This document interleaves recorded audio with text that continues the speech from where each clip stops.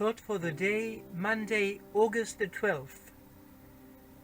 Admire the beauty of creation.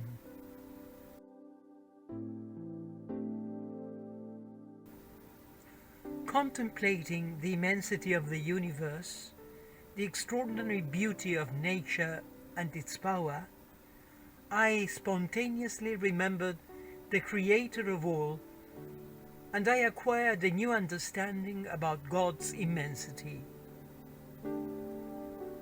And as if my eyes had just opened, I understood better than ever who we have chosen as our ideal, or rather, who it is who has chosen us.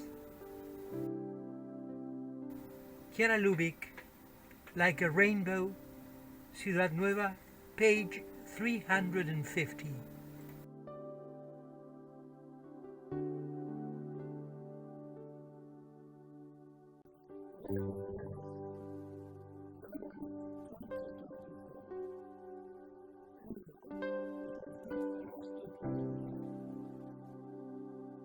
We are members of the Focolare movement from several Latin American countries and from Italy.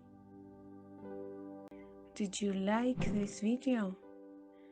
Then give us a like and subscribe to channel Playing Campaign.